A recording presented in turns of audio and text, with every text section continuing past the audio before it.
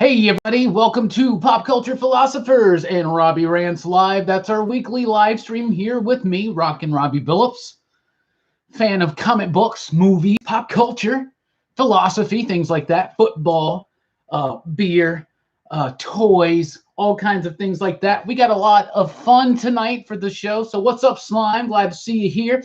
Once you guys get in here, let me know you're here. Don't forget, crush that like button. I'm Rockin Robbie Billups. We're going to be talking about this week's upcoming comic books. We'll be doing a little bit of show and tell later on in the show. I'll be showing off a various assortment of action figures, mostly from the 90s comic book related, things like that. Of course, from the thumbnail, you saw it. We're going to be talking about the incredible Crash Test Dummies toy line, a toy line I absolutely adored and just recently finally found and purchased a piece from that collection. I used to have a lot of them when I was a kid, so we're going to get into that. I got a pop I'm going to show off, brand new, open it up, all that jazz and unboxing, if you will. We'll also be talking a little bit tonight about a couple of comic books that I've had the absolute pleasure of having read already, that I'm definitely going to spot out some really, really, really fun stuff. And I will be making a music recommendation tonight as well. So that's kind of like what I got planned. We always get kicked off though with you guys just jumping in. What's up, Roman? How you doing? And we'll start talking. So the first question I will ask you, since we're getting a few more people in here now, what was your pick of the week? What was your favorite comic book this last Wednesday? Of course, mine was Gideon Falls. Love that book. I love the hell out of that book. I think it's an amazing comic book. What's up, Atari? Yes, I am aware that the AFC Championship game is going on right now. Patriots are up on the Chiefs 14-0 at halftime. Last week, after the Cowboys lost, I picked the Rams to go all the way. They wound up winning in a controversial move because obviously they beat the Saints, but because of a very hideous no call. I did not watch that game, but I heard about it and I saw the footage. And yeah, that's pass interference. So I don't know. The NFL may do something. We'll see what happens. Not now about like that game, but maybe they'll try to address that in the future. I don't know. I mean, are you really gonna like have like replays on calls like pass interference or something? That'd be weird. Got a lot of picks for Fantastic Four number 6 being everybody's pick of the week. Fantastic Four number 6 was really, really fun. Me and Brooks, we were chatting. On our Festivus live stream, Brooks said that one of his grievances that he aired was that Fantastic Four had been so slow, right? And I love the idea that it was slow, and then all of a sudden, bam, wedding, all of a sudden, bam, Doom, and Galactus. And I loved issue 6. I thought it was great. What's up, Chewy? What's up, Ross?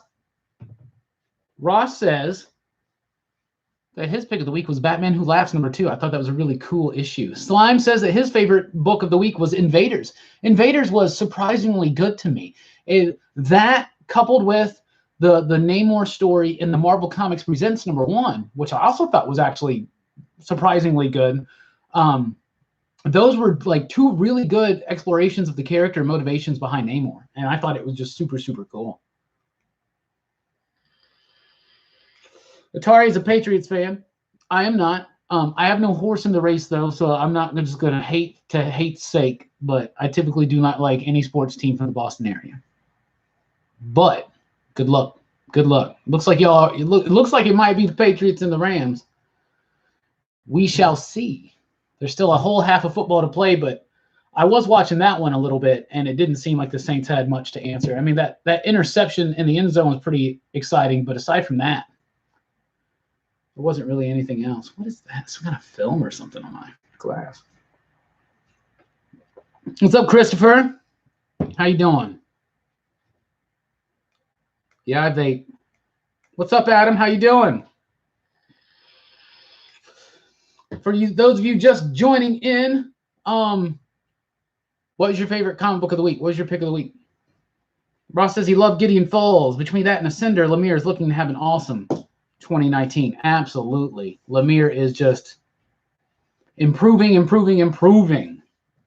doing a little work today on a Comics Revisited. It's the next episode of Comics Revisited. It's not this week, it's next week. It's the first episode with Jelani. And I think he did a very, very good job on that episode. I was really, really pleased. And we're covering Warren Ellis's Stormwatch. So be on the lookout for that.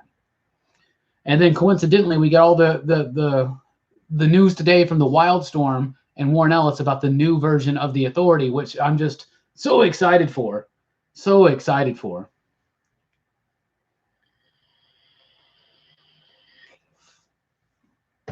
Adam says his favorite comic book this week was Batman Who Laughs.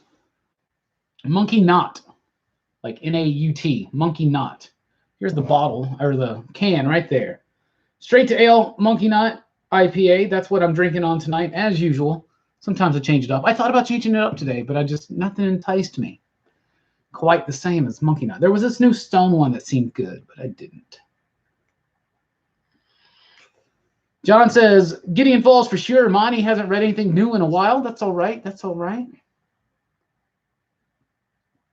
Slime says, now, if the first 4 issues of Fantastic Four were just in Marvel 2-in-1 and the first real issue of FF was the wedding issue, I think people would have been more happy with their return. Yeah, that could have been a good way to structure that, to be honest. Christopher says he's got to start reading Gideon Falls. Man, you absolutely should. Gideon Falls is hands down my favorite comic book right now. I love it. What's up, Dodora73? I'm doing great. How are you?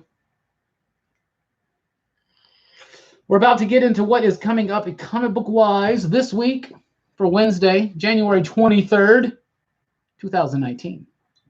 Y'all been having a good year so far? Good 2019. I hope so. Chewy says that Conan #2 was really good. It was really good. I'm not typically a Conan the Barbarian type guy, but that was actually a really, really good second issue. I think Jason Aaron is feeling right at home on that book. So we're going to start by taking a look at what's coming out this Wednesday. Let's start with Dark Horse Comics. There's a new Aliens book. Aliens Resistance #1 is out this week. Light Step #3, Hellboy and the BPRD 1956 #3. You know me, I'm a big Hellboy fan. StarCraft Soldiers #1 and Witcher of Flesh and Flame #2. That's from Dark Horse this week. From IDW, we have DuckTales, Awoo, #17 is out this week. G.I. Joe, Real American Heroes, Silent Option #3, GoBots #3. Super excited for that one. Jim and the Holograms, the 2020 special, whatever they're doing. That being said, Jim and the Holograms Dimensions never finished, did it? I've been sorely missing my Jim and the Holograms comic books, for sure. My Little Pony, Friendship is Magic #74. 74. They're also having a 2020 special. Rise of the TMNT #4 is out this week. Road of the Dead, Highway to Hell #3. Spider King, a Frostbite one-shot. The Spider King was a really good under-the-radar book I read last year, a couple years ago. Yeah, that's kind of neat. Super cool. Star Trek Next Generation Terra Incognita, #6. I believe that's the final issue of the TNG meets the Mirror Universe. If you're a Trekker, you know what I'm talking about. Teenage Mutant Ninja Turtles #90 and Sukiban Turbo #3 is out this week. Let's jump over to Dynamite. They got a new Betty Page book. They also got a Game of Thrones Clash of Kings #15 is out. Kiss, Blood and Stardust #4. That's written by Brian Hill. I haven't checked it out, though. Mars Attacks #4 is out this week. That's been a very cool, really cool, quirky, independent, super indie take on the Mars Attacks, and I really, really like it. I think it's amazing. Boom Studios has a book I'm very, very excited for coming out this week. Buffy the Vampire Slayer #1, written by Jordi Belair with artwork by Dan Mora. This is going to be a reimagining, retelling of the Buffy story set in current day. And I couldn't be happier. A new one is also coming out called Avant Gardes #1. Man, them Buffy variants too. They may get me with a couple of those. Low Road West #5, that's the final issue. That's out this week. Over the Garden Wall, Hollow Town #5, that's the final issue. Smooth Criminals #3 of 12 is out this week. That's been a really good book.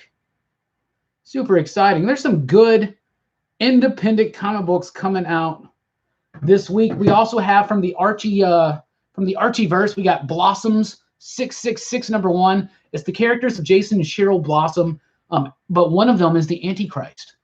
So it's another one of those cool Archie horror, like horror takes on an Archie tale. It's going to be written by Cullen Bunn, though, who's writing one of my favorite comic books right now, Dark Ark.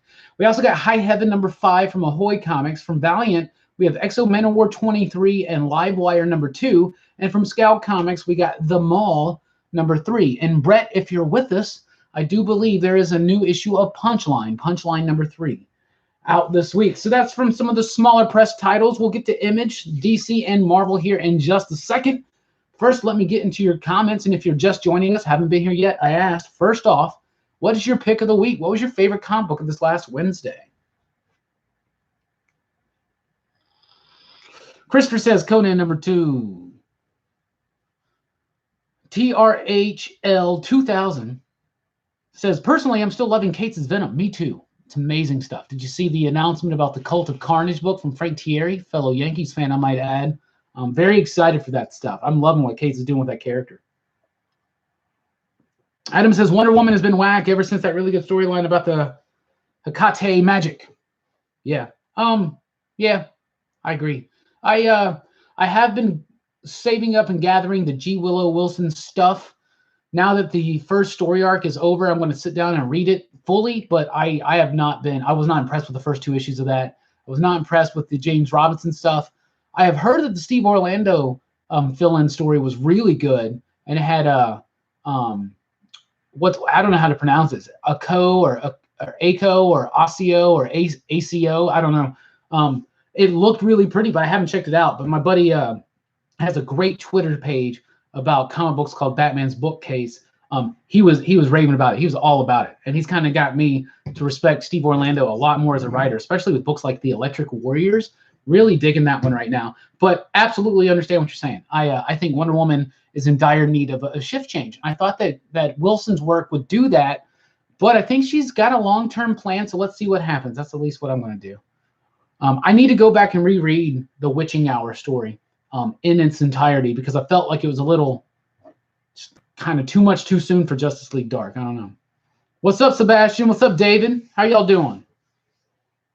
Oh, Sebastian, I did not buy the Transformers Historia, but I am aware that it came out. And doesn't it kind of just like summarize what's come before in the IDW Transformers verse, right? Because they're about to relaunch some things or something like that. So I'll definitely be checking it out on the relaunch. I remember talking about it. I flipped through it. It looks really, really cool. Yeah, more Conan coming from Marvel as well. Conan the Barbarian's been pretty cool. Savage Sword of Conan. I'm really pumped for Ron Garney on the artwork. I'm a big Ron Garney fan. I think Garney's artwork's getting better and better. So super, super cool. And there's the Age of Conan. Tiny Howard's doing that one. It's gonna be about Belit. That's interesting. I know of that character, especially because of the Brian Wood run that I really, really do like a lot. Becky Cloonan did the first arc on that one, for instance.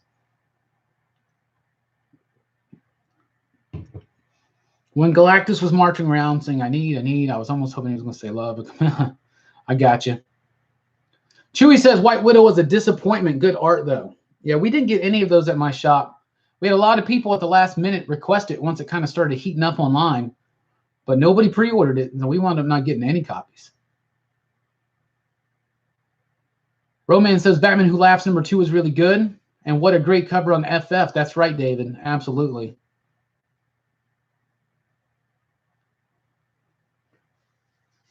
Joe Slag says that he's looking forward to the new Buffy the Vampire Slayer comic book and Blossom 666. I think those are going to be 2 really cool ones. I'm really pumped for Buffy. Buffy has already sold out at the distribution level. It is done. So if you don't get it this week, you're going to miss out. I'm really excited. Dan Mora on the artwork. Come on, man. Yes, the only New Age of Heroes books that are going to survive are Silencer and Terrifics. Have they officially canceled Curse of Brimstone yet? Probably. I think they're going to keep Silencer around for a little bit, but not for too much longer. But you'll probably see that character used in another book. And Terrifics, I don't know. But I hear that after Lemire leaves at issue 14 or something, I hear that there's going to be a new creative team. But I have no idea who it's going to be. Yep, Ross. Guardians of the Galaxy by Donny Cates and Jeff Shaw. That starts this week. Super excited for that one. And Shazam 2, but no Dale Inglesham. Absolutely not. Yeah, I know. It's really it's kind of disheartening to already have to replace the artist on the second issue.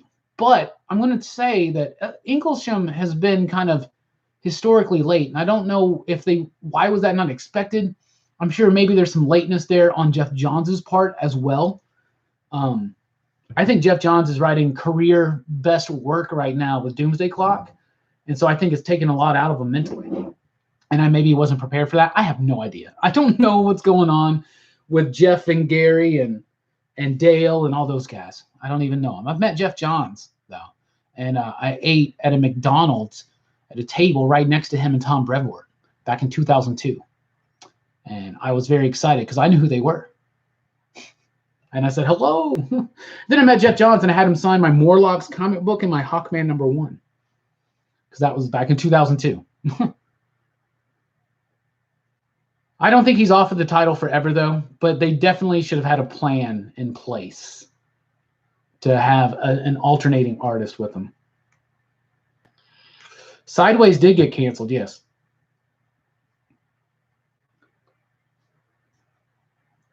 Oh, Roman, I hope you like that issue. I thought that was one of the better issues of Justice League Dark so far. It's really cool. It's set up structure-wise just like an issue of Tales from the Crypt. And Man-Bat is acting like the Crypt Keeper or the Vault Keeper or whatever. Right? It's great. Really fun.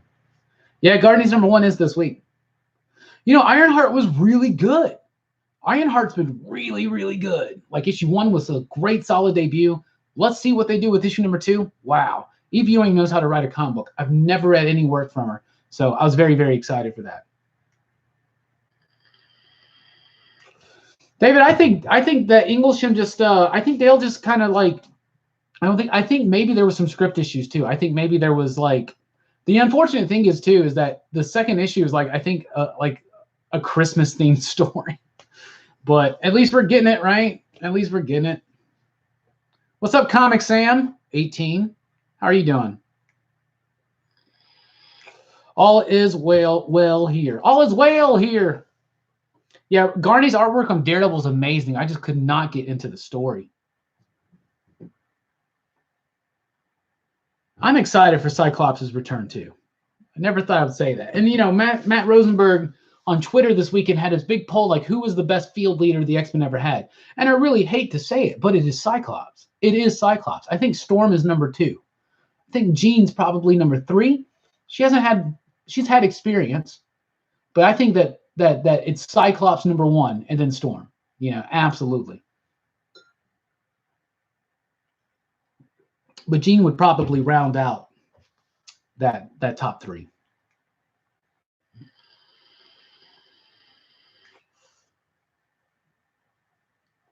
Sebastian wants to know if anybody has read the previous books from the creative team on the reboot series of Transformers. Brian Ruckley, Angel Hernandez, and Ron Joseph. I do not know the names off the top of my head. If anybody knows who they are, what they have done, please chime in. And also, I do not have my tablet set up to watch the second half of the AFC Championship. So I appreciate, first of all, that you guys are here. If anybody is paying attention to that, just keep me updated. That'd be fun. If not, we're all good. It's all good. Yeah, David, especially with the X-Men stuff, Marvel's really understanding that 90s nostalgia is back, first of all, in the fandom, but also these creators. I mean, they grew up reading the same comics we did. So, like, they, you know, a lot of these creators are my age or younger, and so they remember these characters. They remember those eras. The one thing, though, I do have against the current X-Men 90s nostalgia thing is, like, come on, man. Can we get Cannonball back in something cool? Cannonball's been a great character ever since Hickman got a hold of him in that Avengers run. And then they put him right back in those goggles and that weird, like, Liefeld-inspired costume, which reminds me, unfiltered opinion on Major X coming. I forgot I mentioned that in the weekly pop culture wrap-up this morning, that released this morning. Oh, cool. So the Chiefs scored 14-7 Patriots. Oh, cool. I like, Chewy, I know that's a mistype, but the Chefs, I'm cool with that. I would love to see the Kansas City Chefs. It's a barbecue town. And, you know, I visited Kansas City back in, like, 2004, 5, something like that, and I ate at the KC Masterpiece restaurant. and it was delicious. It had good barbecue.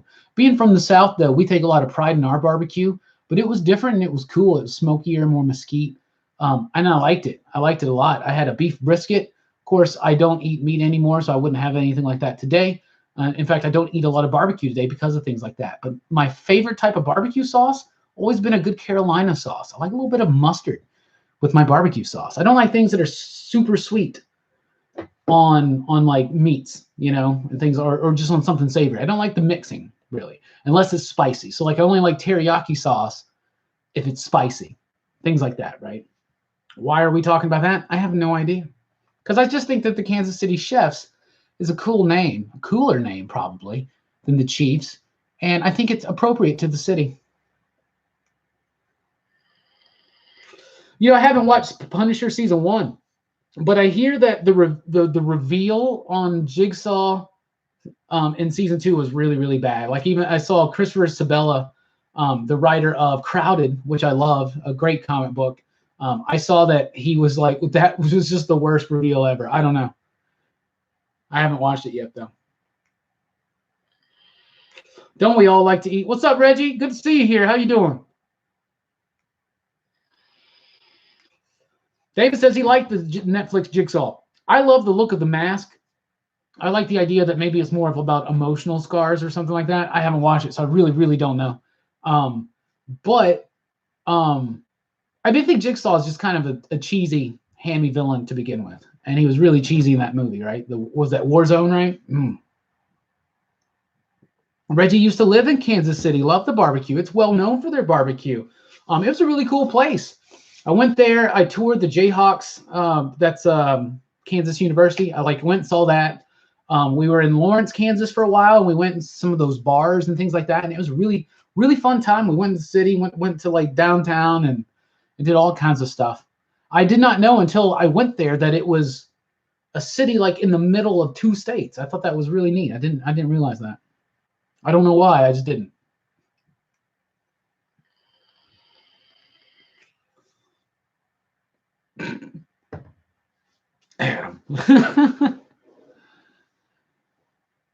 Yeah, there was going to be a Blade book. It was going to be written by Tim Seeley. I can't remember the artist, but the designs were kind of cool. It was going to be about Blade and Blade raising a daughter and teaching his daughter to be a vampire slayer. But it did get canceled. It did. They never went with it. They announced it. They shared some images. It never happened. Maybe it's for the best. I would love to have a good Blade series from Marvel. My dream team on Blade right now, which is my most wanted book now that Fantastic Four is back, would be Donny Cates and Greg Smallwood. I think that would be so cool and so amazing. But it's also the book that I would like.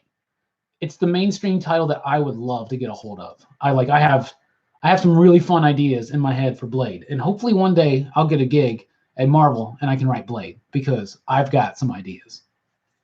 Blade is the coolest. Did you see the news today about Wesley Snipes?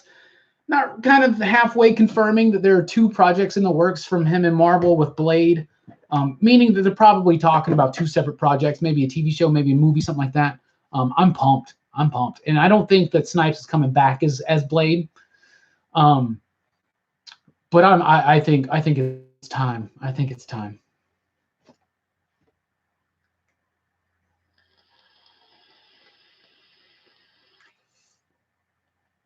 Is the new FF book? My bad. I misread that. Is the new FF book worth the pickup? I know you mentioned Galactus. Yeah, I think it is. I think it's fun. If you like Doctor Doom, if you like Galactus, yeah, and I think those characters, it's just fun. I love the Fantastic Four, and I really like Aaron Kuder on that artwork better than Sarah Pichelli. I think he's more like a more appropriate choice for that book. Pichelli's artwork seems a little rushed, seems a little bit behind sometimes. So I'm really pumped with the artwork. I liked the story. It was big. It was cosmic. It was fun. And I'm glad that Slott's just jumping right into it. That being said, there are some delays in some of the future issues.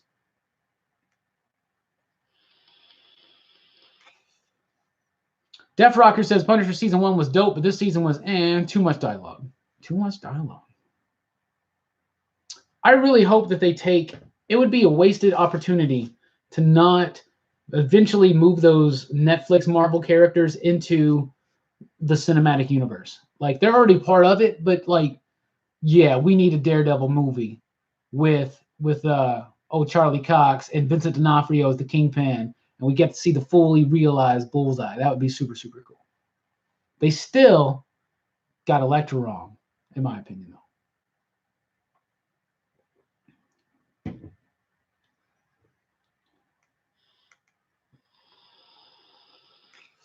Yeah, Blade is in the schedule for a key role in the War of the Realms because he's in the Avengers right now. So that's really exciting.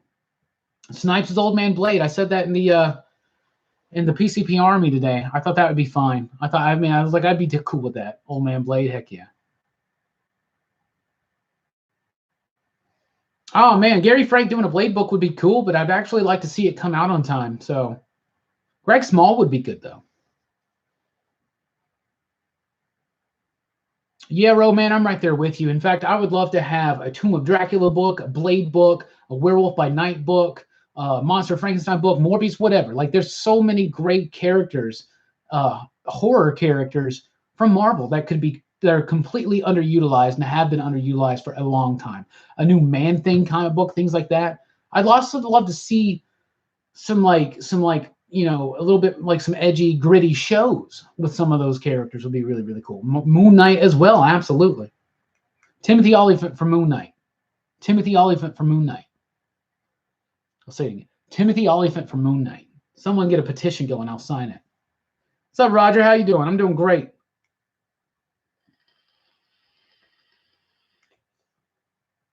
I don't know what's going on with Slide either, but it's reminiscent to me of being a big Kurt Busiek fan in the late 90s. And maybe I have no idea what's going on, but something's up with Slot's ability to keep up with his schedule, his work schedule. Because even the last few issues of Iron Man, the last couple issues have been scripted by Jeremy Whitley, which is cool because I love Whitley's dialogue. I think he's got a great ear for dialogue and a great sense of comic book superhero pacing. But yeah, something's up with Slot's work output right now. Maybe he's just really focused on Fantastic Four or something like that. And Iron Man was a little bit too much of a distraction. Chewie, I'll be honest with you. Bring back Sticky Fingers. Sticky Fingers was a great Blade. He was. I'm serious. But now let's give the role to somebody new, somebody we don't even know, maybe. Like, I'm sure there's plenty of talent out there. Love their sink their teeth into the role of Blade. Pun intended. When Moon Knight comes back, I don't think Donny Cates is doing it. Donny Cates was like tweeted not too long ago that he doesn't really have an affinity or knowledge of the character, so it wasn't something that it was in the role for him to do. Marvel History is Destroyed is not going to be a big deal. It's just going to be a silly little comic book about Cosmic Ghost Rider. No lasting ramifications that are going to change everything. They're just going to do some kind of silly little. It's going to be a silly little fun story, more like a Deadpool type thing, something like that. Who would I cast as Elektra in the movie? I have no idea right now. I thought the actor that portrayed her was fine, but I just found that the performance was fine, but the script, the take on the character, they made her very bratty. They didn't really add the richness or depth, I think, that is there in the Frank Miller stuff and beyond, especially the Greg Rucka stuff. So yeah, but I don't know. Back in the day, though, I would have done Penelope Cruz over Jennifer Gardner. Exactly. Looking at Vampironica and what Smallwood did there, and just what Smallwood does in general on books, even like Moon Knight, he would make, yeah. And he did these covers when Donny Cates was doing that Damnation little Doctor Strange bit, right? And he did those covers, and Blade was there, and man, and Donny Cates loves Blade, so that would be a dream team for me. As cool as it would be to see Hugh Jackman Wolverine versus a Ryan Reynolds Deadpool, I don't think it's going to happen again. But we did get it, remember, in X-Men Origins Wolverine. It may not have been good, but we did get it. So be careful what you ask for. Exactly. Sticky Fingers. Like, Sticky Fingers was great.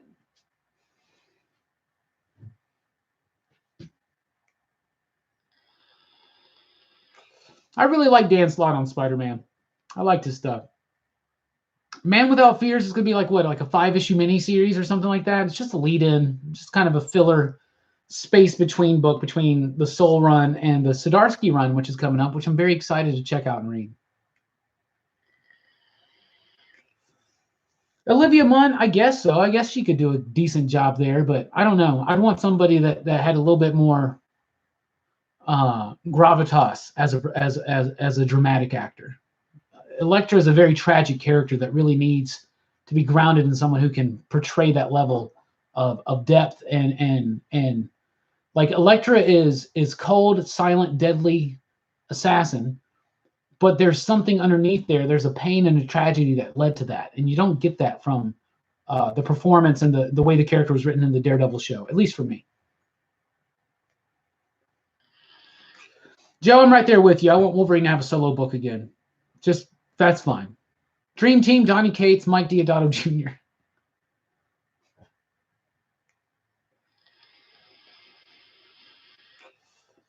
Maybe we should give someone. I mean, who would you like to see do a Wolverine book? I can't. I mean, Donny Cates is not my answer for everything, but I think Wolverine is a book that he would actually excel on. I really, really do. New England is in the red zone, looking like they're about to score. Michael B. Jordan for Blade? That would be great. That would be really cool, but his performance as Killmonger, if it's going to be tied into the MCU, they're not going to go that route, but he would do a great job as Blade for sure.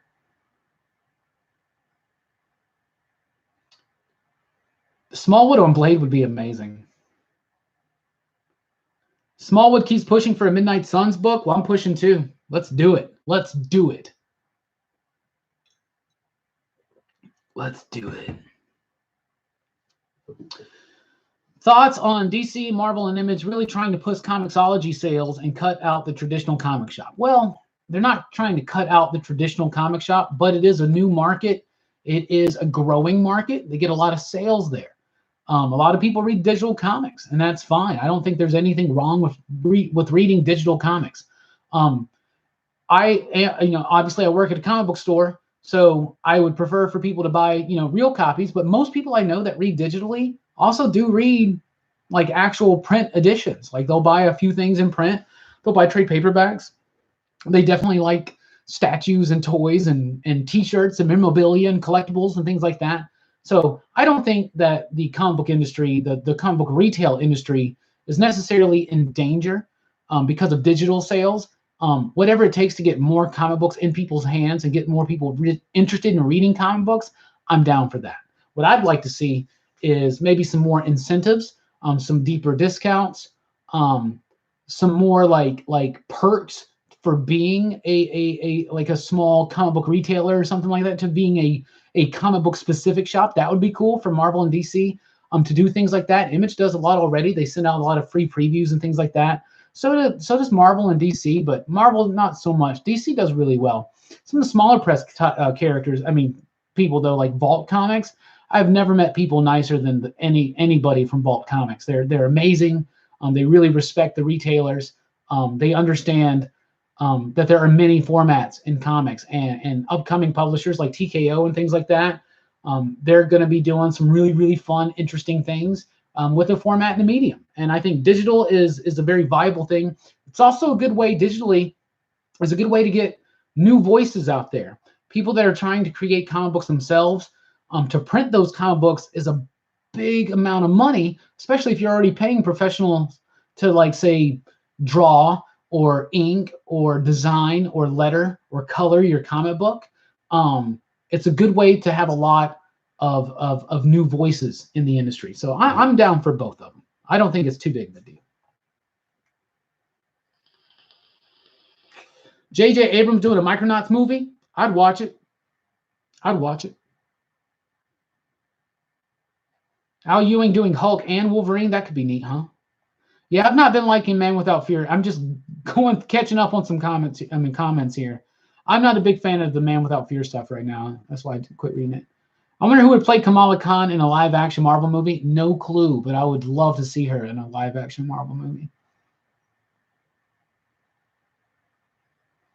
What piece of media made Miles a better character? The recent animated movie or the Bendis era of comics?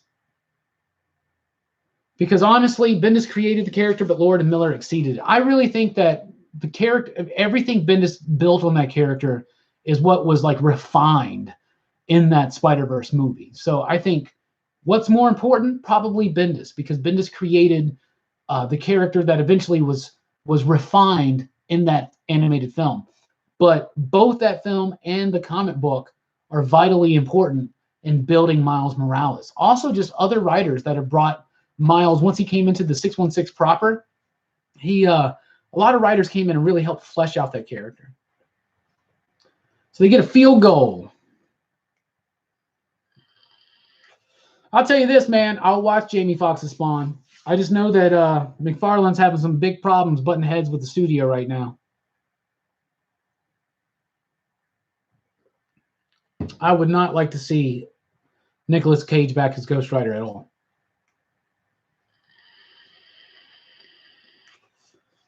Key and Peele portraying Marvel characters? Who would they play? Yeah, I like it when Comixology has those sales too. I do. I really do. I remember a while back I got the whole epic collection of Master of Kung Fu for like $1. Digitally, of course. Which I still, you know me, I still want to have it in print too, but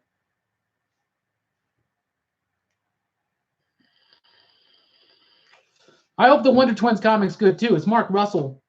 So it has the potential to be very, very good. Very good.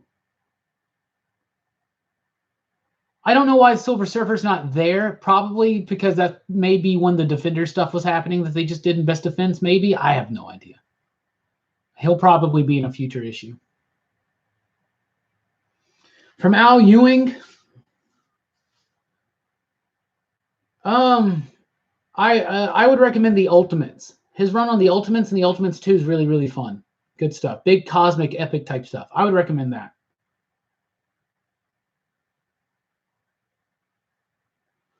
I think that Todd McFarlane has mad money, but he doesn't have movie making money. Like movies cost a lot of money. I don't think he has the money to do that. And if he does, I don't think he's willing to gamble it. I did not pick up Goddess Mode #2. I thought #1 was a little too overly exposition-y, and I just couldn't really get into it.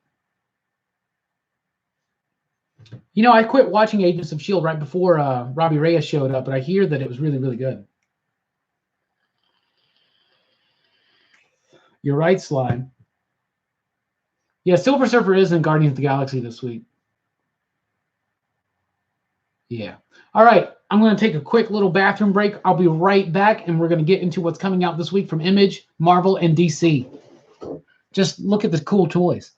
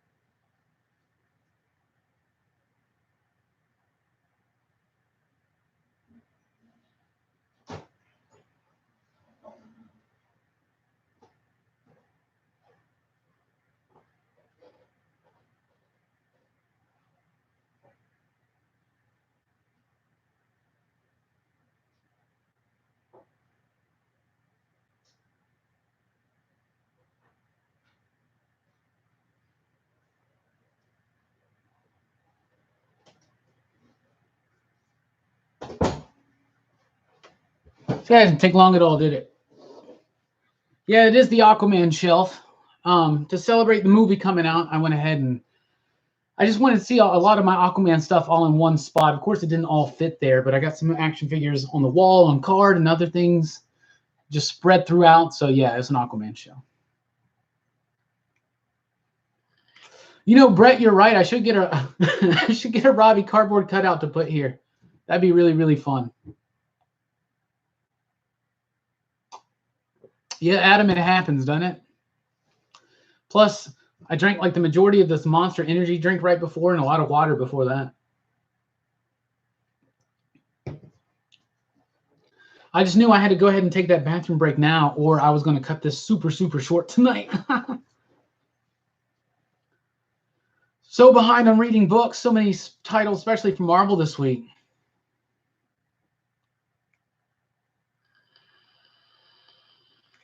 You know, we've had a canon Namor versus Aquaman, and Aquaman won. Just going to say. So what's coming out from Image this week? Let's take a look. We got Beauty number 26. Exorcisters number 4. That's been a fun book. Hardcore number 2.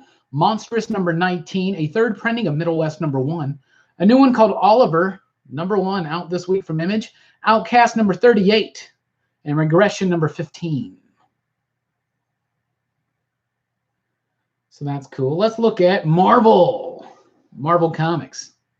This week we got Avengers number 13. It's going to be a spotlight on the 1 billion BC or 1 million BC? It's 1 million BC Avengers. It's going to be a spotlight on the Iron Fist from back then.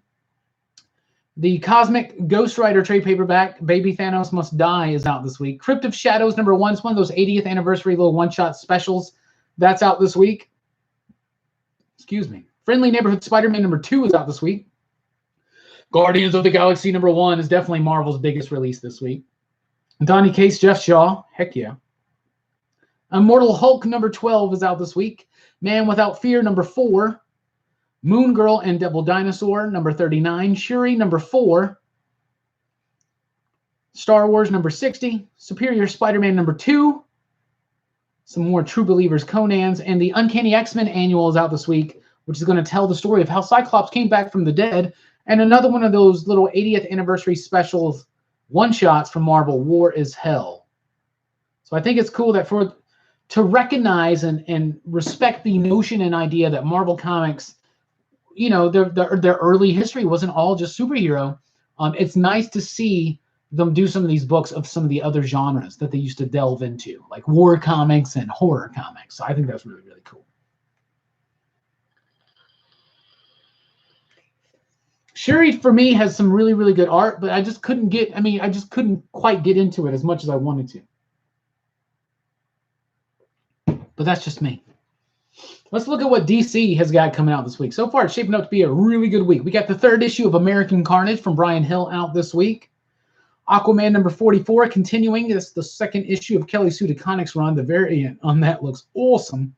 Batman number 63 is out this week. Cover number 5, the penultimate issue, is out this week. Curse of Brimstone has an annual, the 1st annual, probably first and only. Damage number 13, just talked about on the weekly pop culture wrap-up. That book's being canceled in April. The Dark Knight's Metal trade paperback finally comes out, so we've been waiting for the soft cover collection. It's out. Freedom Fighters number 2 is out this week. Justice League number 16, a big revelatory exposition-y issue. It's going to be awesome. I'm loving what Snyder and company are doing over there. Naomi number 1 from Brian Michael Bendis, David F. Walker. I have read this book already. I got to read it about a month ago. It is really, really good. Naomi is a new character created by Walker and Bendis. It fits into the Wonder Comics. So this is the 2nd launch from Wonder Comics outside of Young Justice. And we also have Hero for Hire, or Dial H for Hero, I should say. And the Wonder Twins book's coming. But Naomi number 1, good, beautiful artwork, great layouts, great pace to it, a great, interesting new character. So I highly encourage you to check it out. Pearl number 6 is out this week. I believe that's the final issue. Shazam number 2 is here, but as we talked about earlier, Dale is not on that book. Sideways number 12, that book has been canceled. It's about to wrap up soon. Teen Titans number 26, and The Wildstorm makes its triumphant return with issue number 19, and it seems like this arc, Warren Ellis is building up to the Authority and the end of the story, and hopefully the launch of some new books like Wildcats and Authority. That would be super, super cool. So that is what is coming out this week in comics. What are you most excited for? Me personally, I am most excited for Buffy the Vampire Slayer by Jordi Belair and Dan Moore and Boom Studios. A 2019 reboot in comics of that. The Wonder Comics books do fit into the main DC universe continuity. Bendis says, have a little patience. He's going to explain everything. I am not aware of a YouTuber named Lindsay Ellis.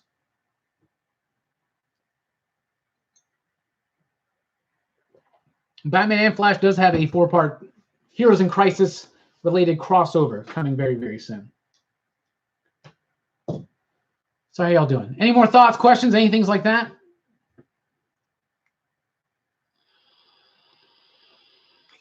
Uh-oh, 14-17. Very exciting. I think that Bendis is going to explain how Connor got there and hopefully how they remember Bart, but we'll see what happens. What kind of book is Naomi going to be? It's going to be a young readers type book, but think about it almost like a Miss Marvel in the DC universe. And what I mean by that is the fact that she's kind of like a fangirl of superheroes, right? And I'm not trying to spoil anything, so I won't, but she's kind of like that. And then maybe she winds up becoming one, but it's pretty fun. It's really, really good.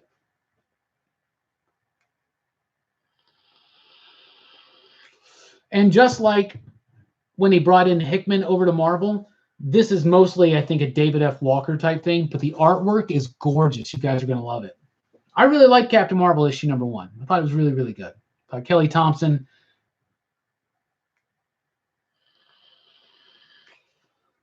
Oh, yeah. I've read Animal Man by Grant Morrison. Grant Morrison's Animal Man contains 2 of my favorite single-issue comic books ever. It's the final issue and then like issue 5 or 6, I think, whichever one the Coyote Gospel is. I'm a huge Morrison fan. He's my favorite writer, period. I love his Animal Man work. Great stuff. Well, the next time they do a Spider-Verse, Spider-Geddon type story, yeah, they'll do an Edge of what Spider whatever. For sure.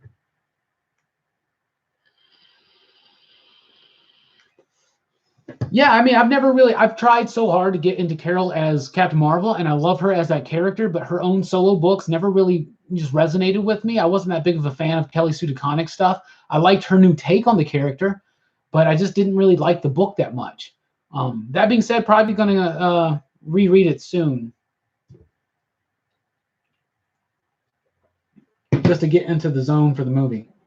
So, before we get back into some more comic book stuff, I got a music recommendation for you guys. In late October, I went and saw one of my favorite bands, Fitness. They're amazing. Check them out at fitnesswastaken.com if you haven't already. I also saw Big Data that night, and I've become so much more of a Big Data fan. But that night, we got to meet Fitness, and we got to meet Big Data. But we also met this band that played right in between Fitness and Big Data. They were called Castlecomer. A bunch of cats from Australia. The first time I ever spoke to people from Australia, like in person, they were the coolest people. They gave me a button. I loved their music. I have just been absorbed in their album for the last 2 weeks. So amazing. It's available on YouTube.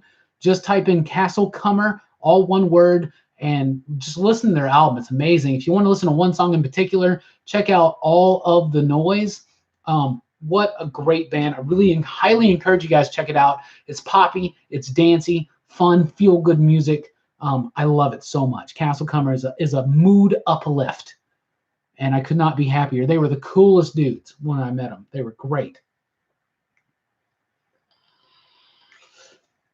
I do not know who the current chief creative officer of DC Comics is. I know it's not Jeff Johns, but I don't know if they replaced anybody in that role. I get asked this question a lot, David, about variant covers. I really, really do. I like variant covers. I'm fine with variant covers. I think it's neat to have the option. I'm always more of a cover A guy myself. What I do not like is incentive covers, and I do not like it when speculators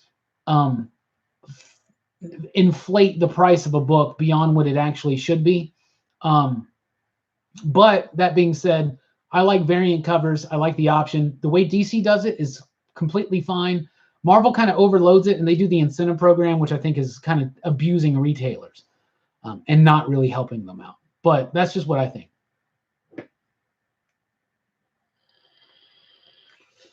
Well, there's a difference between variants and incentives. Variants are like order as many as you want. Like DC's like, we got 2 covers available. There, you can order as many as you want. Marvel will do things where they're like, you have to order 100 copies of the normal cover to get one of this. You have to order 50 copies of the normal cover to do this. You have to order over 200% of what you ordered on this other random book that you order high on, this book that you may not order as high on, in order to qualify to get these other variants, like the action figure variants that you're going to want. Like every store that carries action figure variants for Star Wars, for instance, they have to maintain their level of Star Wars every single issue. So readership starts high at issue 1s and it eventually gradually tapers off and just levels out, right?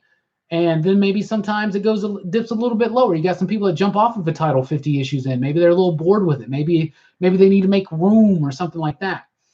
But if you want to keep getting them action figure variants, which everybody loves, and they're going to be mad if you don't have them, you got to keep that order level steady, right? You can never dip your order, or you can't get the action figure variant. Like that's a real thing that Marvel does to retailers. So if you're like, I'm sorry, but we keep overspending on 20 issues a month. Let's just say that's a random number, 50 issues, right? 50 issues at like, let's say on average of like $2.50 or $3 an issue or something like that, right? That adds up. So if you want to drop on that, now you can't get the action figure variant. What? That's I don't like stuff like that.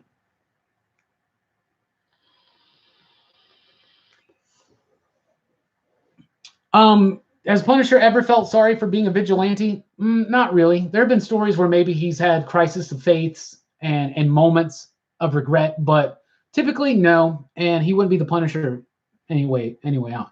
But the thing is with the incentives, because of how many hoops that retailers have to jump through, absolutely, a lot of the incentives wind up being worth more. And it's like that on the market. If you go out on eBay, those books are usually right there. So I would always recommend, if your shop is trying to overcharge for a book that's new that week, look it up on eBay and see what it's actually completed and sold for, and see if it meets up with that. My shop, for instance, if just a regular variant cover starts spiking up, because a lot of that happens, especially with some of the DC variants, for instance, if it starts spiking up, we'll pull them back, we'll bag and board them, and we'll be like, if you want one, it's cover price. But if you want multiples, you're going to pay what it's going for on eBay for those multiples. You'll get your first one at cover price, because if you just want to get it to read or collect, there you go, right? But if you're trying to buy out, and this is something that some people do, they come in, they try to buy out a variant. If they find out a variant's going for 10 or 15 or 20 bucks, and a shop has 10, they want to buy all 10 so they can put them online and flip them, right? So that's the thing that happens, and a lot of the overpricing is trying to protect from that. But what we do at my shop is we allow everybody to get one at cover price. And if you pre-ordered like 50 copies, you get 50 copies at cover price.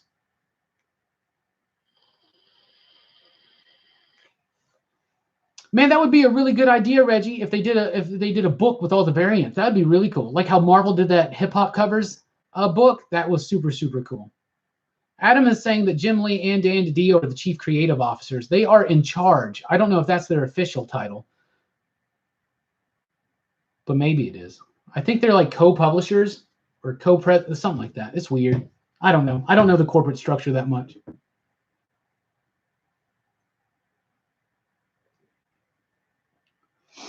But the thing, Slime, about those are themed variants, and those are kind of neat. But what's really not cool about those is like they're trying to play on, like, if you're a big Fantastic Four fan, they want you to buy all these other books that you wouldn't typically buy so you can get those Fantastic Four covers.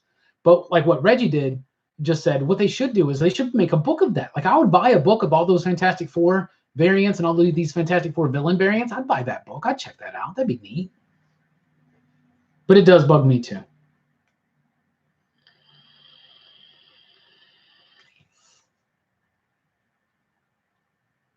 Well, thank you, David. I'm glad to be insightful. Yeah, people flip. I mean, I get it. If you got a comic book and all of a sudden it's worth 20, 50 bucks, sell it by all means. But those either just out, people that are just trying to like snatch up covers and copies from people and sell them on an inflated market, that's a little weird. Brother Voodoo would be cool in the MCU, and he wouldn't even have to fight Doctor Strange. How about a team up? Because Doctor Strange ain't gonna be able to stop Baron Mordo on his own. I buy comics to read them too. I have not watched Bumblebee yet, but I actually hear it's really good. So when it comes out on digital and Blu-ray, I'll check it out for sure. It is a weird thing to do. I heard that he's having some vision issues. I don't know exactly what that means, but I know it's harder for him to see, and drawing is putting a strain on his eyes. So as sad as it is, George Perez hasn't had a lot of output lately, and this is the reason why. And he doesn't want to pump out an inferior product, and I respect that. But that being said, George Perez is the man. He's got brilliant artwork, and I've never met George Perez. And one of his favorite cons is Dragon Con, and it's just a hop, skip, jump, and a drive away. So maybe I need to go to Dragon Con for just like an afternoon to go and meet him. That'd be like the only reason.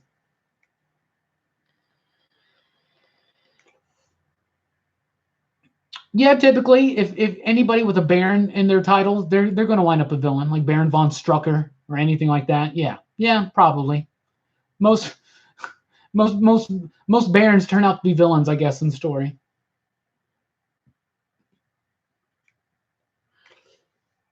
I just think it'd be cool if they would do how do anybody remember the Marvel Masterpieces trading cards, right, from back in the day? If something like that, remember how they did that comic book where it was like full page artwork of the Joe Gisco stuff? It's something like that with the variants, like an FF variant book. And it's just like, it would still be like 20 or 40 pages. I'd pay $4.99 for that. That'd be super, super cool. Brett keeps reminding me to tell you guys about Little Bird. And we are nearing the end of the live stream, so let me go ahead and get into that real quick, though. Yeah, the Scalped Book 4 and the Green Lantern Kyle Rayner collection being canceled, it sucks. It sucks. It's because it's like, I guess the sales weren't there. But with something like Scalped, that's really crazy because now your collection's incomplete. New England went for it on 4th down and inches and got stopped. Wow. What's up, David Hatch? How you doing? David Hatch is one of our supporters over at Patreon. And I want to thank you, David, and other people that are here that support us on Patreon. My buddy Manuel and Tomorrow Cinema just upped their level of support today.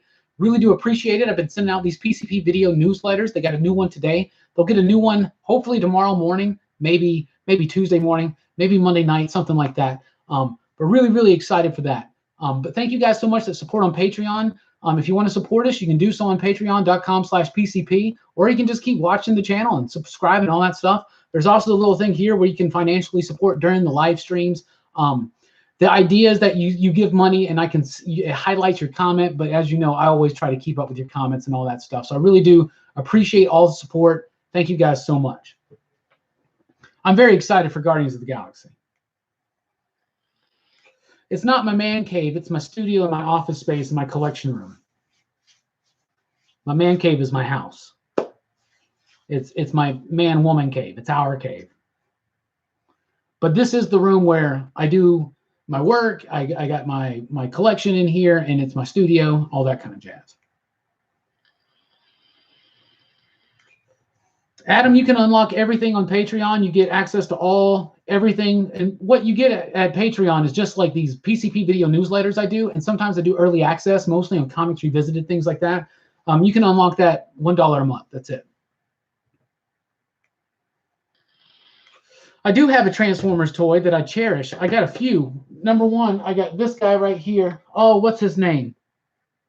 Oh, my goodness. I can't remember his name. Is it Sea Spray or something? He's the little hoverboat type thing. I have this because when I was a kid, I absolutely loved this toy. So I still have that toy, and this is like a shinier version of it that I found not too long ago. Love that toy. I also have a Generation 2 Optimus Prime that I adore because I had that when I was a kid.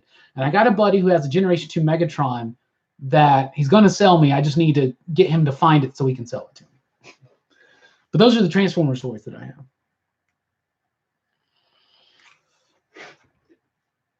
All right. So I read a couple of new comic books today that I was lucky enough to have some advanced copies of. I read Wasted Space #6. You guys already know Wasted Space is one of my absolute favorite comic books of 2018. Michael Morrissey sent me an early look at issue #6. It's awesome. It maintains that momentum. It keeps it going. The characters are very well rounded. He gets right into it, and he starts asking these really tough philosophical questions about society, about purpose, about God, about religion, about life, about like everything. He starts like about just so much stuff, so many ideas, so many questions, so much pondering, and a really nice twist in there. Such a great issue. It comes out early February. If you haven't checked out Wasted Space from Michael Morrissey, Hayden Sherman, Jason Wordy, and Jim Campbell and the team over at Vault Comics, highly recommend it. Issue 6 starts the second arc. It's going to go for at least 20 issues, an ongoing now for, you know, a planned ending ongoing. And I couldn't be happier. This book is amazing. There's a book coming out in March, though. It's written by Darcy von Polgeest. And Darcy was kind enough to send me a copy of issue 1. And man, this book is amazing. It's got artwork by Ian Bertram, colors by Matt Hollingsworth, and letters by Aditya Bidikar. It's called Little Bird. It's from Image Comics. It's going to be like a 5-issue series. I've read the first issue, which is this giant size, amazing issue. It is so good. So good. It's about this young girl in this future dystopian theocracy, and she's going to fight against it. It's so good. It is so good. Ian Bertram is the cat that did A House of Penance with Peter Tomasi. I think that was a Dark Horse book. Highly detailed, textured artwork, very reminiscent of something like Frank Quitely or Chris Burnham. In fact, he did that E is for Extinction Secret Wars miniseries that was kind of an homage to the Grant Morrison, Frank Quitely days, and Burnham did the covers for that. The artwork is great. It's so good. It's ultra violent. It's very direct, but it's also very subtle and filled with depth and meaning. And it is so good. It comes out in March. It's called Little Bird. It is amazing, amazing, rich, textured artwork, gory, violent, in your face, but real, deep, and just such a great story. It's intoxicating. It was amazing. It was so good. Little Bird. I cannot tell you guys enough how good that is. So amazing. I also got sent 3 issues of Kino by Alex Pakandel. Pakandel? The cat that does Friendo over at Vault Comics. He's doing Kino right now. Is it Kino or is it Kino? It's Kino. I think it's Kino. He's taken over that book, and I hear really good things about it. So he sent me some copies, and I'm really excited to get into those. And I'm also just been sent the new issue of These Savage Shores, but I haven't gotten to read that yet. I almost had sink my teeth into it because it's vampire fiction, but I've already used that vampire pun tonight, so I'm not going to do it again. Sea Spray. Is that the name? Was it Sea Spray? I love that figure. When I was a kid, I had that and I had my Aquaman. It was that Aquaman, not that exact Aquaman, but that Superpowers Aquaman figure. Those were my bathtub figures. And I loved it. I fell out of Oblivion Song briefly, but only because I had so much to read. And I've been really trying hard to limit myself to like 30 books or less for my weekly comic book reviews, because it really starts getting really heavy and hard to read them all and get the video out in time and all that stuff. But I'm just going to keep reading what I read. But I definitely need to get caught up on Oblivion Song. That's one of my favorite ones. That's one of my favorite ones from Robert Kirkman ever. Oh, Sebastian is super cool because I have a buddy who was such a Transformers nut that he has a lot of those masterpieces already. And actually, in the past, if you look at old videos from like a year or 2 ago, you'll see some masterpiece figures behind me at times. And it's because he would let me borrow them just to put them up in the background and things like that. All these now are my toys, though. And that's my box of cereal. Chocolate Toast Crunch. It's the best. It's so good. It's so good. But yeah, he has so much. We do like a show and tell sometimes at work, and I'll bring in toys and he'll bring in toys. Super, super, super cool. Super cool. Speaking of show and tell, let's do some show and tell real quick.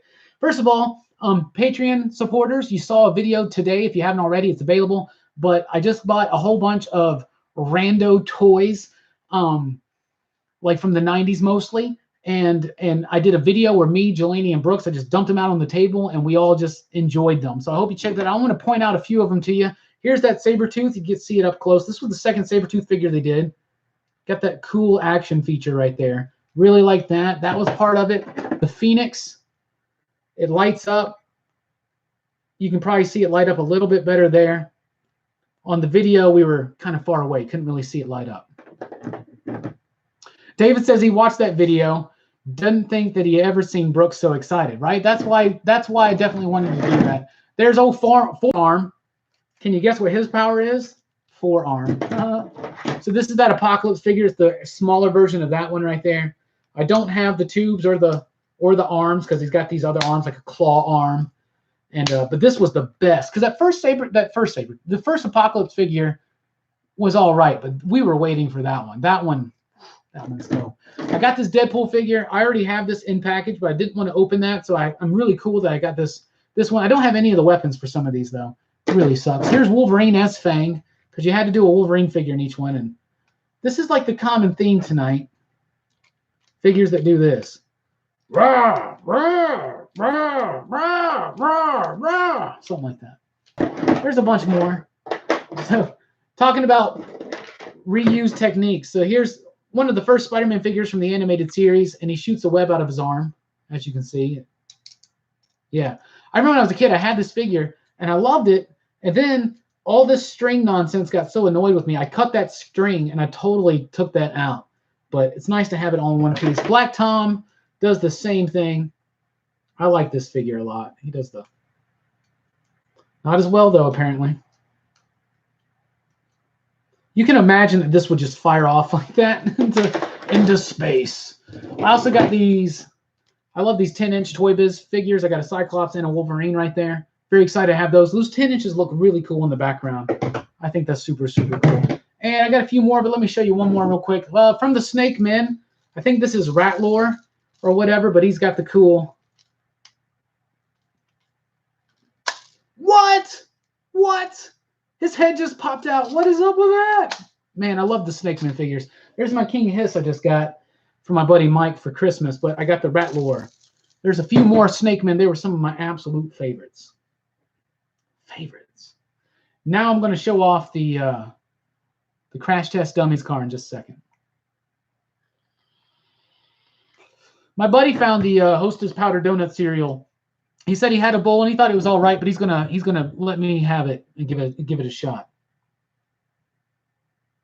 Yeah, Brooks has a low-key take on movies.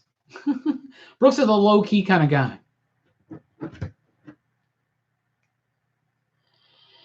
You got the ET that the head pops out. That's super, super cool.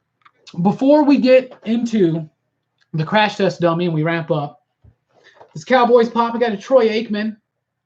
Super excited. So let's open this one up. You guys know I'm a Cowboys fan, and I like Cowboys pops. Still waiting on my Dak Prescott, but I got my Troy Aikman here, so let's check him out. There he is. I hate the fact that they don't put the helmets on them anymore. I got a Tony Romo right here that comes with a helmet, but they don't do the helmets on him anymore. Let's see if the helmet fits. I doubt it, though. This Troy Aikman's got this luscious head of hair. There you go. Anyway, Romo can wear the helmet. Whatever. But there's my Troy Aikman, number 8, one of the greatest Dallas Cowboys quarterbacks of all time. I really like that Pop does sports figures. You know, they're doing some basketball. They got a Michael Jordan coming. That's kind of cool. It'd be nice if they would do a helmet. That would be super cool. All right, so here's the box for it right there. When I got it, it was not new in box, but it did come with the box.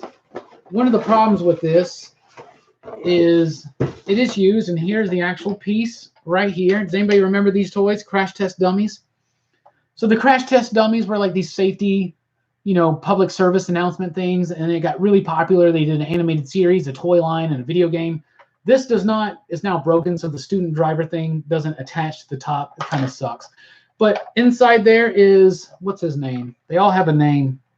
That's Axel in there, right?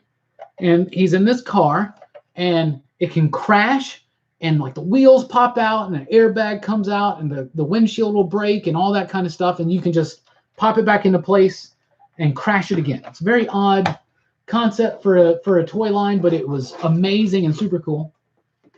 On the back of the box, you can see some of the special features. You can also see down here some of the other toys they had. That was the main car. This playset right here I had, and it was super cool. You could crash through a wall. You could crash into this little bumper thing. You just put a dude on the thing and smash them in there, because the figures were also sold separately. They also had like airplanes and these little scooters and a baby and a dog, and the dog and the cat would get smushed, and they had like tire tracks on them and stuff. It was really fun, wild stuff. But the figures themselves, you could like hit them in like their arms and legs and everything, and head pop off. So I don't really know how to do this in the best way. They really just got another interception, like in the red zone. So I'm just going to crash it into my hand and see what happens. The stuff's going to fly everywhere. The tires are going to pop out. The hood's going to get crashed in. He's probably going to lose some pieces. So let's see what happens. You ready? There you go. But he's safe because he was wearing his seatbelt, see? Now, if you put someone in the passenger seat, if you notice, it like ejected it out. So if they're not in their seatbelt, and I guess it's kind of cool that this is teaching safety, they would fly out of the window. So the top pops off. Let's pull a little Axel out of here and take a closer look at the figure. There's the little airbag. I don't know if you noticed, but the airbag did pop out right there.